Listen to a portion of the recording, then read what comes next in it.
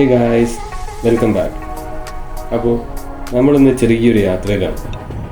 യാത്രയിലെന്ന് പറഞ്ഞാൽ എങ്ങോട്ടാണെന്നല്ലേ പറഞ്ഞുതരാം. മറ്റെവിടേക്കല്ല, നമ്മൾ സ്വന്തം ഡൽഹിയിലേക്ക് നമ്മളെ കൂടെ ഒരു കഥാപാത്രം കൂടെ ഉണ്ട്.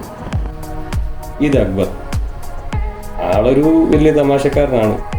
നമ്മുടെ കോഴിക്കോട് ഭാഷയിൽ പറഞ്ഞാൽ ഈവൻ വല്ലാത്തൊരു ചങ്ങായിയാണ്. അപ്പോൾ ഞങ്ങളുടെ ഈ യാത്ര നേരെ വടക്കോട്ടാണ്. നമ്മൾ ഓൾറെഡി പറഞ്ഞ പോലെ ഡൽഹിയിലോട്ടാണ് നമ്മൾ പോകുന്നത്. ഡൽഹി യാത്രയിലൊരു സീരീസ് നമ്മളിന്ന് സ്റ്റാർട്ട് ചെയ്യാണ്. അപ്പോൾ ഞങ്ങളുടെ ഈ യാത്രയിൽ ഞങ്ങൾ പോയ വഴികളും യാത്രക്കിടെ ഞങ്ങൾ കിട്ടിയ അനുഭവങ്ങളും എല്ലാം കൂടെ ചേർത്ത് ഈ വീഡിയോയിൽ ഉൾപ്പെടുത്താനുള്ളൊരു ഒരു ചെറിയ ശ്രമമാണിത്. മാക്സിമം സപ്പോർട്ട് ചെയ്യുന്നെന്ന് പ്രതീക്ഷിക്കുന്നു. നമുക്ക് വടക്കോട്ടൊന്ന് കിടക്കാം. ഞങ്ങളീ പോകുന്നത് ഇപ്പോൾ കൊങ്കൺ വഴിയാണ്. അതായത് കൃത്യം കർണാടക, മഹാരാഷ്ട്ര, ഗുജറാത്ത്, പിന്നെ രാജസ്ഥാൻ്റെ ചെറിയ സ്ഥലങ്ങളിലൂടെ, അതായത് രാജസ്ഥാൻ ഒന്ന് തൊട്ടുകൊണ്ട് നമ്മൾ നേരെ UP-യിലേക്ക് പോവുകയാണ്. അപ്പോൾ UP-യിൽ നമ്മുടെ ഡെസ്റ്റിനേഷനായി സെറ്റ് ചെയ്തിരിക്കുന്നത് നിസാമുദ്ദീനാണ്. ഹസ്രത്ത് നിസാമുദ്ദീൻ റെയിൽവേ സ്റ്റേഷനാണ് ഞങ്ങളുടെ ഒരു ഡെസ്റ്റിനേഷനായി സെറ്റ് ചെയ്തിരിക്കുന്നത്. ഇപ്പോൾ ഗോവയിലെ മഡ്ഗോൺ സ്റ്റേഷനിലെത്തിയിരിക്കുകയാണ്. ഇപ്പോൾ മഡ്ഗോൺ സ്റ്റേഷൻ നമുക്കറിയാം, ഏറ്റവും കൂടുതൽ സഞ്ചാരികൾ, ഏറ്റവും കൂടുതൽ ആളുകൾ ഇറങ്ങുന്ന, അതായത് ഗോവ നമുക്കറിയാമല്ലോ.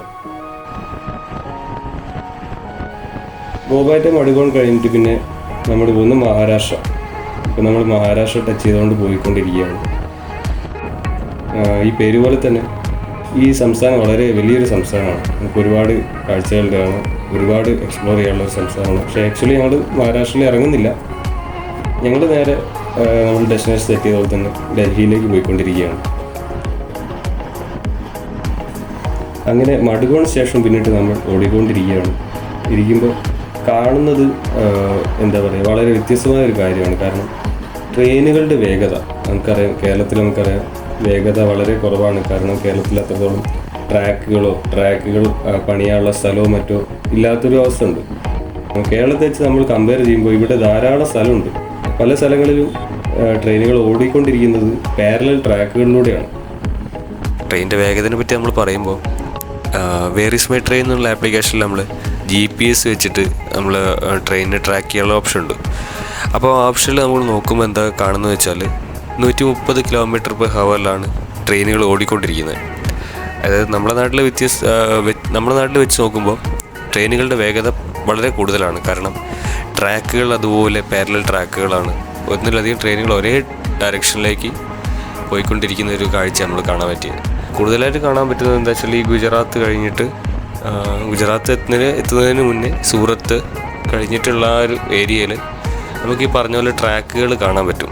ഈ പറഞ്ഞ പോലെ പാരലൽ ട്രാക്കുകൾ സ്ട്രെയിറ്റ് ലൈൻസായിട്ട് ഇങ്ങനെ കിടക്കുകയാണ്. കാരണം ഒരുപാട് സ്ഥലമുണ്ട് ട്രാക്ക് ഉണ്ടാക്കാൻ. നമ്മളെ കേരളത്തിൽ വെച്ച് കമ്പയർ ചെയ്യുമ്പോൾ ഒരുപാട് സ്പേസ് ട്രാക്കിനും മറ്റും ആയിട്ട് അവിടെ ഉണ്ട്. കാരണം വീടുകൾ കുറവാണ്, ബിൽഡിങ്സ് ഉണ്ട്, പക്ഷേ ബിൽഡിങ്സ് ഉള്ളത് ഒരു ഏരിയയിൽ മാത്രമാണ്. അപ്പം തരിശ് സ്ഥലങ്ങളാണ് ഏറ്റവും കൂടുതൽ കാണാൻ പറ്റുന്നത്. അപ്പോൾ അവിടെ ട്രാക്കുകൾ ധാരാളം ഉണ്ടാക്കുന്നതുകൊണ്ട്, അതായത് കൺസ്ട്രക്ഷൻസ് വളരെ വേഗത്തിൽ കൺസ്ട്രക്ഷൻ അവിടെ നടന്നുകൊണ്ടിരിക്കുന്നത്. പുതിയ ട്രാക്ക് വരുന്നുണ്ട്, പുതിയ സ്റ്റേഷൻസ് എല്ലാം വരുന്നുണ്ട്.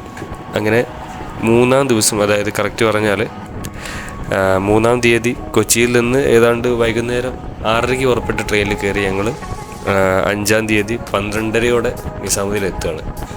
അപ്പോൾ അതാണ് ഞങ്ങൾ ഇന്നത്തെ ഒരു യാത്രാപഥം എന്ന് പറയുന്നത്.